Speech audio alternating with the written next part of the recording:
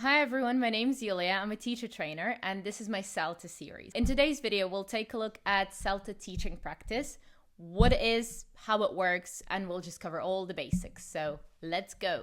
So your CELTA teaching practice is essentially just the lessons you teach on the course. So let's take a look at what they are and just a brief overview.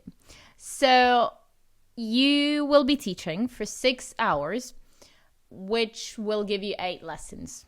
Okay, those could be 8 lessons of the same length. Your center might decide otherwise. For example, the way we do it, we give you an hour if it's a grammar lesson, but then you get 40 minutes for everything else.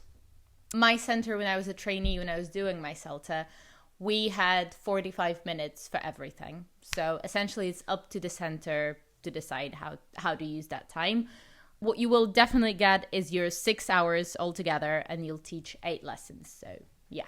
Now, before you teach your lessons, you get to lesson plan with other trainees and with a tutor. So you literally sit down and you decide what you're going to do, what materials you'll be using, what you'll be saying at each point, and just in as much detail as possible. But the amount of support you get will be different throughout the course. So ideally, you will become more and more independent in your lesson planning, and then somebody who is a stronger trainee, so let's say a potential pass A, would be a trainee who comes with lesson planned and then just asks questions. But nevertheless, everybody gets support as much as they need. If we see that you can be pushed and that there is potential, we will be pushing you. So yeah, there is that. And now the lessons you teach will be focusing on different things. So potentially there are 7 types of lessons that you might deliver in CELTA. Those are reading, speaking, grammar, vocabulary, listening, functional language, and writing. Depends on the center how they mix and match those. When I was a trainee, I never got to teach a writing lesson. So I observed, I was there for the feedback session, but I never delivered one myself. The way we do it in Newcastle is you teach all the different kinds of lessons and you teach grammar twice.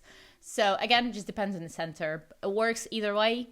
And you'll teach 2 levels. So we say a lower and a higher level. What we do in Newcastle is elementary, or A2 is your lower level, and then B2 or upper intermediate is your higher level. Yes, the A in CELTA stands for adults. So there will be no children in your classroom, no teenagers, people 18 and over. Okay, and now how are your lessons assessed on the course? There are 3 potential grades that you might get. So it could be below standard, 2 standard, or above standard. Most of the lessons are just 2 standard lessons, and that's great and that's wonderful. That's what you should be doing on the course. That's what we expect you to be doing. If you don't do the things that you should be doing at that point of the course, you get a below. If you do things that we do not yet expect you to be doing, great, you get an above. Again, it's all about making progress, and the same lesson that could give you an above for your TP1, for example, if it's your TP6, that's probably just going to be a standard lesson because, at that point, we expect you to be doing way more things than at the TP1 stage. So again, it's all about the progress, and it's all about improving and building up on what you've already got. And now the criteria that we apply are different depending on the stage of the course, because for your TPs 1 and 2, there are fewer of those criteria that we apply, because it's all about making sure that you're comfortable in the classroom, that you know the students, that you found your feet at least a little bit, and that you're a bit more confident and comfortable. But then TP3 onwards, so that's your week 2 of CELTA, we expect you to do more. So from that point, you'll have to be submitting your formal lesson plans, your language analysis sheets if it's a grammar, vocabulary, or functions lesson, and there will be more criteria that applies to you. And if you're interested in the criteria, there will be a link below the video so you can take a look for yourself. And the main thing, the biggest thing that your tutors will be asking themselves and asking you is, do you work on your action points? So the things that we tell you to improve, do they get improved? Do you pay attention to those? That's the biggest question, essentially. Now, I've mentioned a lesson plan. This is what it could look like. Now, the layout could be different depending on the center. This is my real lesson plan for my TP8 back in 2018. You will probably have all the same bits and pieces, but maybe just designed a bit differently. But there is always a bit on time. So how much is this stage going to be? There is always a bit on interaction. So who's speaking to whom? Stage and aim is what's the name of the stage, the technical name. And then why are you doing it? Why do you need that stage in your lesson? And then procedure is what is happening at that point in your lesson. As you can see, mine is pretty detailed. I didn't remember it to be this detailed, but here we are. So as you can see, again, I was scripting every single word there. I was also stating what I was going to do at very specific times. So for example, after I do this, after I ask them this question, I'll nominate 2 students to share. Or after I set the gist listening task, I'll play the recording. It's the obvious things. It's the little things. But, you know, when you're out there, when you're teaching your lesson, better safe than sorry, okay? And also another reason why this is so detailed is because it's not as much for you. It's, again, just to make sure that your tutor has as much information as they can, but also for you, because like it's nice to sit down and to think about potential ICQs that you'll be asking, right?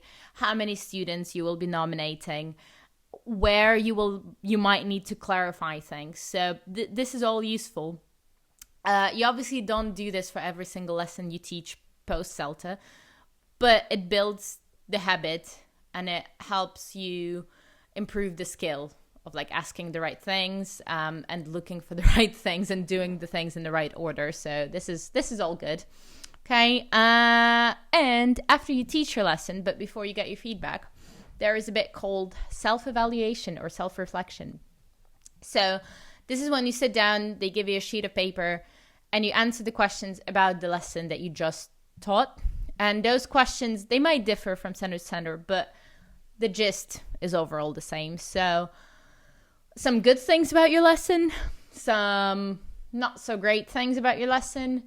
Did you show any improvement in terms of your action points? So the things that your tutor flagged in your last lesson, did they get any better? And what do you need to work on after this lesson? So did something new come up? Do you still need to continue working on your old action points? So what's your next stage? What will you be doing now? This just shows your tutor how self-aware you are. And because very often the lesson doesn't go as planned, the lesson plan and the actual lesson are 2 completely different planets. But then you get the self-evaluation and the trainee states they're like, yes, so everything went wrong after the lead-in because blah, blah, blah. I should have done XYZ, but I didn't. And that's why this happened. So at least as long as the person understands where those problems came from and what caused those problems, then at least you know that you're on the same page. So be honest. In those things, just be honest.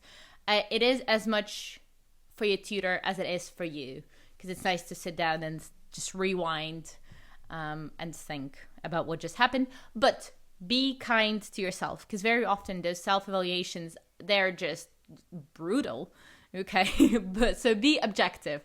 If things didn't go well, say that. But there are always some good bits. In any lesson, there's always something great. And now after this, the feedback session comes. And there are 2 bits of feedback that you get.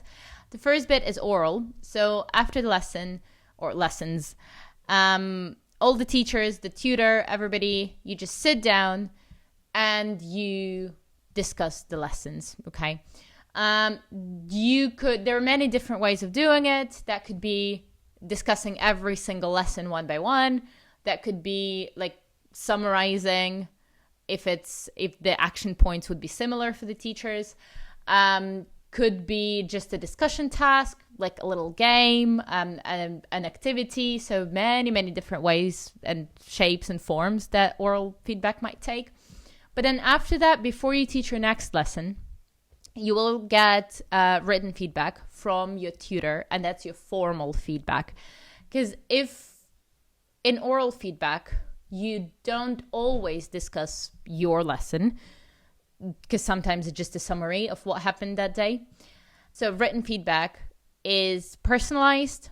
It's your formal feedback from your tutor, where they highlight the good things you've done. So if there's been some improvement, so if sometimes your action points become your strengths, sometimes you get some new good things that you did really well. So all of that goes on there.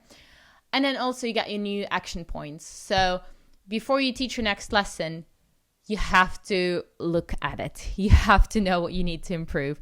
It's never anything new. It's never anything that wasn't mentioned in the oral feedback. But in here, it's explicit and it's very like, okay, fix this, and this. So very specific, and you know what you should be doing. So yeah, just before your next lesson, please make sure you look at that, and please make sure you know what you'll need to be improving. And that's basically it. That's what CELTA lessons are like. That's what your teaching practice will be like. As I've said, some things differ from center to center, but the overall situation is the same. So there is that.